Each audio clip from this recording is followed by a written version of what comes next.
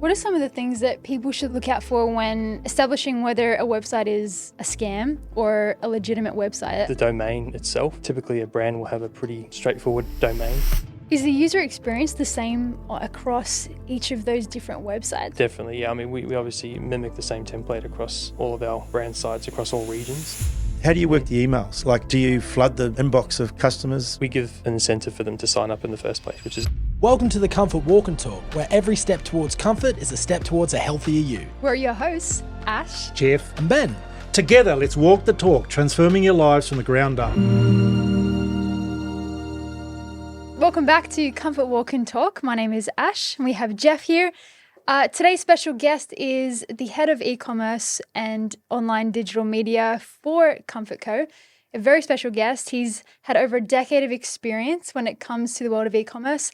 He's also a very avid gym junkie. He's a former Subway sandwich artist, and he's also a new dad to be in the next couple of months. So please welcome Nathan Kubridge. Hey, Nate, how you doing? I'm good, thanks, Ash. When did you, start doing e-commerce in global foot care, the Comfort Co? What was the first site? Yeah, I mean, the first site I started, we had our developers build the author sleeve website on WordPress, and we were selling compression sleeves. We started off the first couple of months. We started off 50 to 100 orders in a month, and we started off no integrations. I guess very low security at that point. We were taking the payment details manually and processing them, which is a bit of a security issue these days. So we've definitely gotten a lot smarter since then. Better practices. And when you said security issue, what are some of the, in payments, what are some of the things that you've seen over the time in terms of security and payments and all that? What are some of the problems that you've seen? Some of the problems in the early days was there was a lot of data breaches, a lot of people's personal information like credit card numbers were being stored in the back end of websites, and that wasn't best practice. So it was quite easy for a hacker to steal people's personal payment information. And so how's that changed now?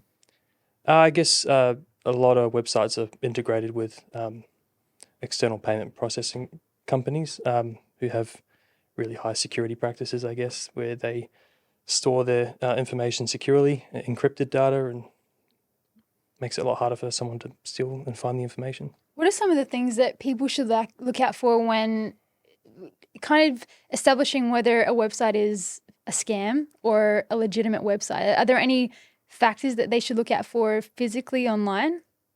One of the things is like the domain itself.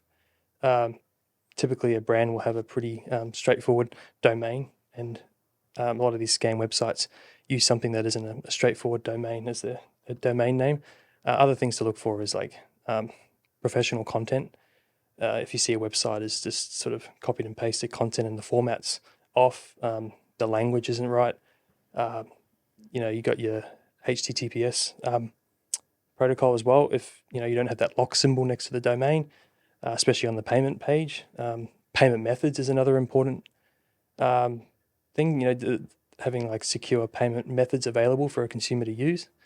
If you don't see those, then that's a bit of a red flag. Pricing, if pricing's like, it's the old statement, like too good to be true. If it's too good to be true, typically it is too good to be true. Things like that. How does that scam work? I've seen some things during the business where you've had someone buy a lot of shoes, and then how's the scam in that? They buy a lot of shoes, and they pay for it. Is the credit card refused? Is it in the end? Is that what happens? And the shoes are sent, or there's some. Is that a scammer who's stolen someone's payment information and placed an order on a legitimate site? Yeah. So typically, there's a couple of reasons they do it. One of them is just to test if the payment information that they've stolen works. Yeah. And in which case they'll then be able to use that data for a much higher value purchase before the card gets cancelled. But sometimes they try and make as many purchases as possible within a small time frame. They've got a fake address in there, and they're passing off as a different customer. just Okay. to try and obviously obtain as much merchandise as possible. What should a website provide someone to know that they're dealing with a legitimate website in the end? I mean, they can look and see the domain and the professional content and all that, but like, should they be able to speak to someone? Yeah, I mean, live chat is probably important. If you see a live chat option and you can talk to someone in real time, that's always going to give the consumer confidence, I guess, that it's a legitimate website. I guess showing correct address details of the business somewhere, contact information like phone number, Do we provide our phone number email address on our website? Yeah, we have our phone number, we have our physical address of our office, email, like a good contact us page is important. If you don't have that, if people don't have like a way to contact the business that they're purchasing from, that's a really big red flag. And that happens quite often. We see some of the consumers who have purchased from a scam website who are passing off as our brands. They often come to us thinking, because there's no way to contact the scam website that they originally purchased from. Let's talk about as well the collection of brands that belong to the Comfort Co. And when it comes to our main audience, it is online. We are a major, we have distributors across Australia, but we have a huge online presence. And as you said, it's grown since the early days of, the first one being OS First and then, the Vionic website. But obviously we've had a number of brands, a number of different demographics. And in looking at the different, maybe potentially older demographics of our Revere brands, our Shoal brands, being an online e-commerce business in a lot of ways, how has that changed? How have you seen that change, the trust in those brands online in the last few years, when especially since COVID and everyone's had to buy their shoes, in 2020, 21 online in a lot of ways? How have you seen that business grow online? I guess, there has been that shift that people have had to make with COVID to buy online. In order, if they wanted to buy a pair of shoes, they couldn't access them through a retail physical location. They had to make the purchase online. I guess it's just we've had to adapt in ways to make the process a little bit easier and like less resistance, I guess, by providing more information, like more customer support. If they ask questions about, is it safe to buy online? How do I find my right size online? I guess we just provide them more information to make that process a lot easier, to make it a little bit more of a retail experience online. And let's say that, like, when it comes to sizing, that their size is incorrect, what's the return policy like for Comfort Co? Our policy is we offer a free return or exchange per order. Right. So it makes it super easy. If they want to return it, then that resistance there about if I get my size wrong, do I have to then pay for a return? Do I have to go through like that hassle as well? We give them a prepaid return label, like Australia Post return label. They attach it to a carton, take it to the post office, and it gets returned to us, and we process it within 5 working days of receiving it back, either the refund or exchange. So giving them that option, I guess, drops a lot of that sort of barrier to buy online. Helps them feel a lot more confident. So with on the sizing question, like I know there's statistics where some footwear brands, companies have up to like 40% return ratio. I think our the Comfort Co is a lot less, but that's one of the biggest issues with going to a shop versus online is I don't know my right size. I usually I'll find out, I'll try it on, I'll know exactly the right size. So what are some of the things that is happening now online, and what are some of the things that we're doing to help that, to fix that problem or mitigate that issue? Yeah, I guess, one of the reasons return rates can be so high, it's sort of they can offer an easy return process. So someone might buy 2 pairs of the same shoe in different sizes and return one, and that obviously increases return rate. But I guess one way to sort of mitigate that is some of the advanced technologies that are providing a much easier way to find the correct size in relation to a particular pair of shoes. One of the examples is we use the Size Right widget on our website, the Comfort Co, which allows a user online to use their smartphone to take a photo of their foot next to something credit card sized, and it uses an algorithm to identify the length and width of their shoe and we have measurements of our footwear that measures against that size that gets predicted by the algorithm, and it helps the consumer purchase the right size for a particular pair of footwear. And that way they don't need to buy 2 pairs of shoes and return one. That way they don't buy the wrong size and have to return for an exchange. More times than not, they're buying the correct size. And do they keep that size? Do they get information that tells them for future reference when they go into the website, or? Yeah, so if they're logged into their customer account, that information gets stored on their customer account. Amazing. So when they log in next time, it will predict and it will say that you should buy size 8.5 in this particular pair of shoes, for example. Yeah. Okay. And is there any other advancements happening with foot fitting, foot sizing and all that? I mean, there's lots. I mean, there's other things like I guess augmented reality is something that we haven't really looked into yet, but that's something. It's an emerging technology that can help in that area. But something that we're looking at the moment, that we're looking at implementing over the next couple of years through some retail stores, some retail partners, is a scanning technology, I guess. So it's quite a comprehensive scanning device, and it will actually be able to obtain a 3D footprint, looking at pressure, arch profile, length, and width of someone's foot, and it will be able to store that information into a database that will eventually link to that customer's profile. You can take a 3D scan of a particular pair of footwear and measure that against someone's 3D foot profile and suggest the right pair of footwear that would suit in lots of different areas. It might suggest a different pair of shoes based off your foot profile. And what would you say are some of the benefits of buying online versus going into a store? I guess speed of purchase. You don't have to obviously walk into a retail store. Range. The range can be a lot more diverse and wide. We can offer our entire range. We're at a retail store. Obviously, they've got a certain stocking model. They can't stock everything.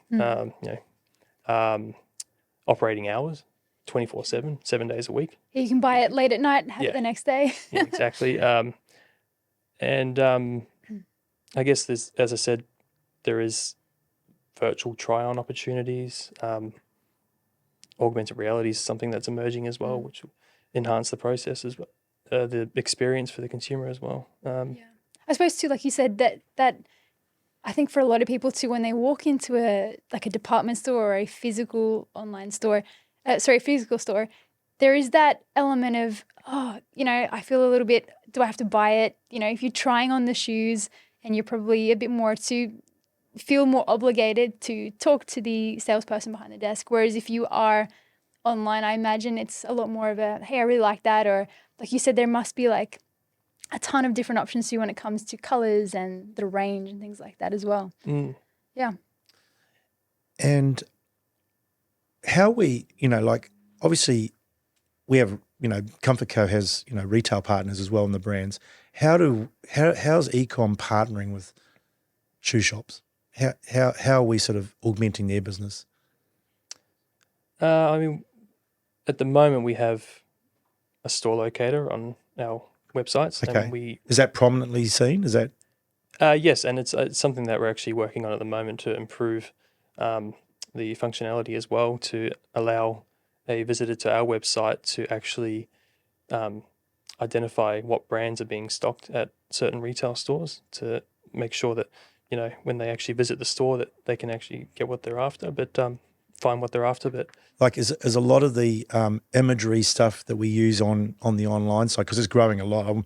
I want to come back to the imagery requirement actually and stuff like that, but is a lot of that going into the retail stores as well for their own websites and so forth? Are we supporting that activity a lot? Yeah, we provide all of our dealers and our retail partners all of our assets in terms of like lifestyle imagery around our brands, product imagery, videos that we create. We have a really sort of good dealer resource center that offers them the ability to access and download all of our assets to use on their own channels and their own social media channels. And it's growing too. Like, Comfort Co is in how many countries now?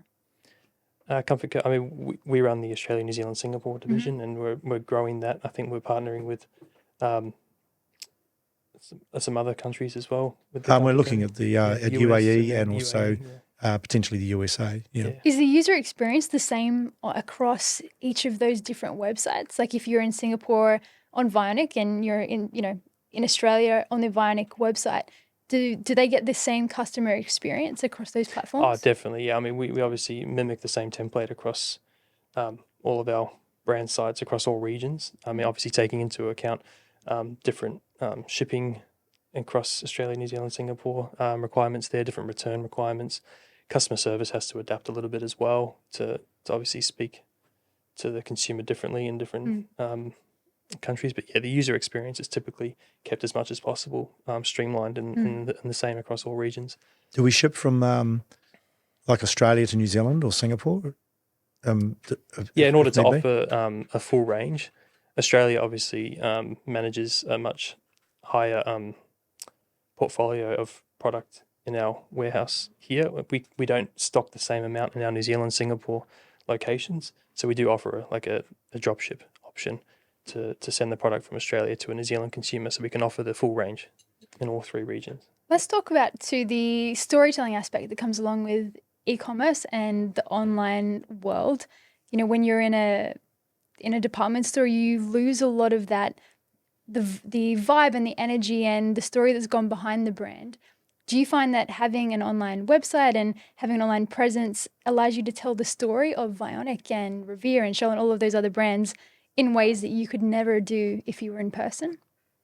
I guess, I mean, from the department store example, you do get very limited space to explain and show the story of the brand. So I guess from an online perspective, you've got your social channels, you've got your website, which has a lot of sort of space for you to show content and the story, I guess. I suppose that allows people in a to consumer-friendly way. Yeah, it allows them to invest more too. I suppose in who the brand is and learn more about it in ways that they never would. Exactly. Yeah. And then you got obviously opportunities to retarget them with more information through paid strategies as well Right. after the fact. Yeah. Why are reviews important? Because I know that's an important initiative to have customers review the product. Why is that important? From a consumer's point of view, I mean, it's showing proof from real buyers of the product. Other people who bought the product, it provides them, I guess, a level of confidence. If they're saying a product is good and giving you a reason why, maybe it relates to the reason you're looking to buy a product, I guess. I guess the more proof of something you can provide a user, the more trust they will have to make a purchase. Okay. All the websites too, I mean, I know our ones do, and they all pretty much offer at the beginning, like, join our newsletter. And often the first reaction is, it's another email coming. It's guaranteed another 10 emails. So how do you work the emails? Like, do you flood the inbox of customers with emails? With emails and like a lot of other sort of marketing channels, I guess you got to give them a reason to want to sign up in the first place and then a reason to stay. Yeah. So as long as you're providing them emails that sort of they might enjoy reading or get something out of reading, then they were likely to stay, I guess, on your email list. But obviously, we give an incentive for them to sign up in the first place, which is a discount off their first order online. And then it's just about us sort of nurturing them and making sure we are providing them content that they want to read or look at through emails. Yeah. What do you think is next? Like for the next, obviously it's changed in the last 10 years, the world of online shopping versus in-store. What do you think the next 10 years looks like? It's a big question. It's very big. Just because of how quickly technology is advancing. Yeah. I mean, I can't really.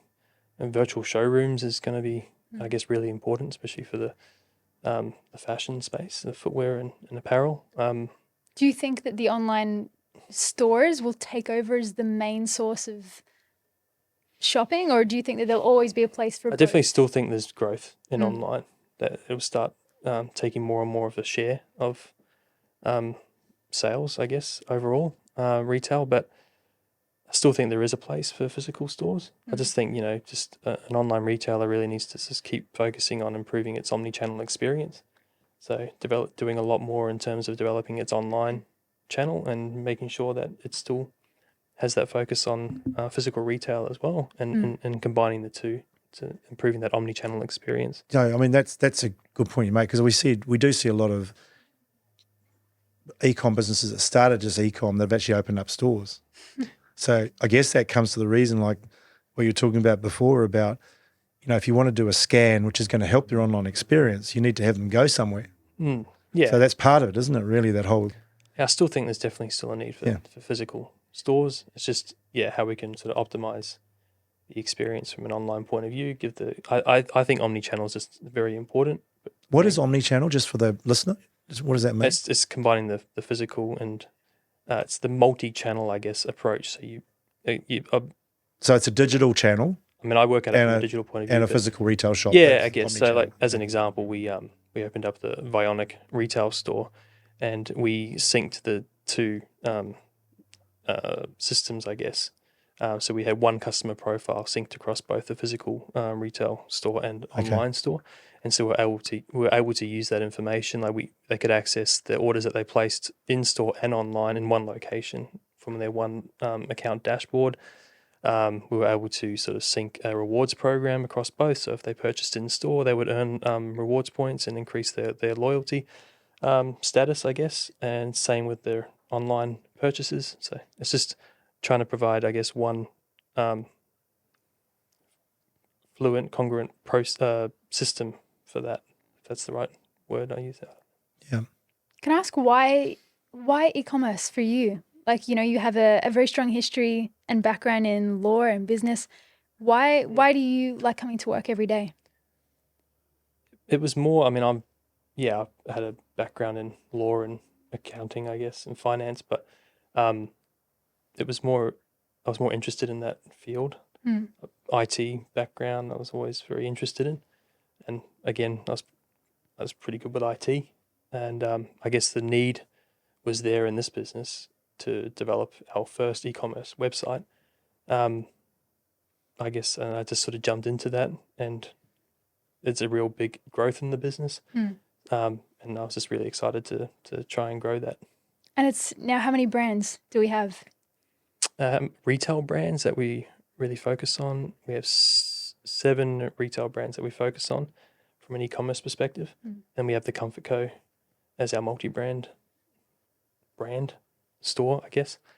In 3 regions, so that means we're managing 24 different websites. So it's quite. Do you have any personal, goals for the company over the next few years? Like you mentioned augmented reality. Are there any areas that you'd really like to try out in the next few years and see what happens? At the moment, we're still very much in our development stage, I would say. So it's really just me. It's just focusing on improving performance, the user experience. Yeah. And just developing all of our brands. The user experience is underrated.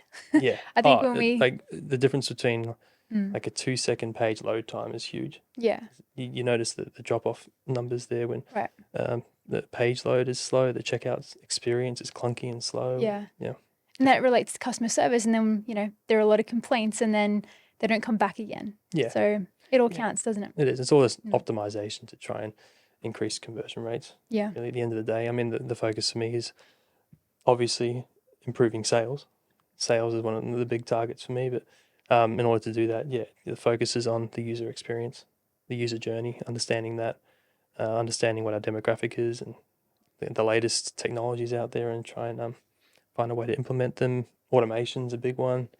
Automation can make and break, if we didn't have automation between our ERP, our product information system, and our e-commerce platforms, we wouldn't be able to be as big in terms of order volume. We wouldn't be able to manage that process, the fulfillment. Yeah. What are some of the ways we talked a little bit about change over, that you've seen, but the ways of getting, telling people about the website? What are some of the ways that have changed? What are the marketing ways? I know that, Ash is heavily involved in social media, and how's all that changed? What's going on? Because that seems to be a moving target. It's kind of hard to keep up with. Yeah. Obviously, your traditional digital channels is still relevant. Google is still a big one. Making sure you're improving your SEO for your organic search, and then the What's SEO, is it? search engine optimization. So what does that mean? Just It's just sort of understanding what people are searching for and trying to optimize the data or the content. okay. I guess that's the hard part, right? There are so many channels now that it's how do you cut through? How do you get the brand to that's be it. seen? And then how much Yeah. can you actually focus on at one time? How much resource do you have to be able to focus on Right. all Yeah. these channels? What channel is going to be the best for your demographic and your product? Sure. So for us, what we understand is Facebook, Instagram, a little bit of TikTok, a little bit of YouTube, and Google. So those are our big focus channels. But there's so much out there, and I guess you just have to try things and see what works for you and what doesn't. So user experience on the websites, and I guess in other digital media, what are some of the content things that the customers are asking for? You feel the customers. So typically I know, let me start the question by saying we used to set up a website. You got an image of a product, a couple of angles, and a little bit of words about what it does and a price, you're good. What's changed? I guess the quality of the content is important these days. People expect quality content. It's more professional. And the other thing is aspirational content. So sort of showing them the product used in an aspirational way, something that they would aspire to, seeing it on someone's foot, seeing it in a certain setting that is relevant to that particular product, and I guess making the product more desirable, I guess, to a consumer. Yeah. Okay. And how do we, there's obviously, we have our own websites, but there's other websites out there. So how do you work with other websites in terms of some of the brands that we have, and what are some examples potentially? As in using the other third party, like marketplaces or whatever. okay. How does that work? Yeah, I mean, it's always good to, like, for example, we partner heavily with The Iconic with a few of our brands. So they're one of the biggest fashion footwear sellers and websites in Australia, I guess. And so we use them to target their audience, which is different to our audience that we normally target. So I guess it just enhances our reach, I guess. So we use those websites. And do we provide the content for them, or how does that work? In some cases. I mean, we obviously, we sell through lots of different partners like Kogan, MyDeal, eBay, Catch, Amazon, Iconic. And it really depends on their platform and what they're set up to take from us. The more content we can provide, the better. But yeah. And is Amazon growing in Australia? It is growing. What I deal with, obviously, specialty footwear. So that particular category on Amazon is a tough one to really grow. I think Amazon itself, though, is growing. Yeah. I suppose that's a big part of like what comes next in keeping your ears open and your eyes open to, okay, this is a new platform. This is where the world's headed, and we need to be on that website. And we need to work with that marketplace in particular. And, it's evolving every single day. It is. Yeah, you just keep your eyes open and look for opportunities. Well, thank you so much for joining us today. We appreciate it. No worries. Thanks for having me. Thanks everyone for tuning in to the Comfort Walk and Talk podcast. We'll see you next time. Thank you. Thank you for listening to the Comfort Walk and Talk. If this episode has stepped up your foot care game, we'd love your support with a 5-star review on Apple Podcasts and Spotify. And don't forget to subscribe on your favourite platform so you never miss a step on your journey to comfort. And for more insights, follow us at our social channels at the Comfort Walk and Talk. Walk comfortably until we meet again.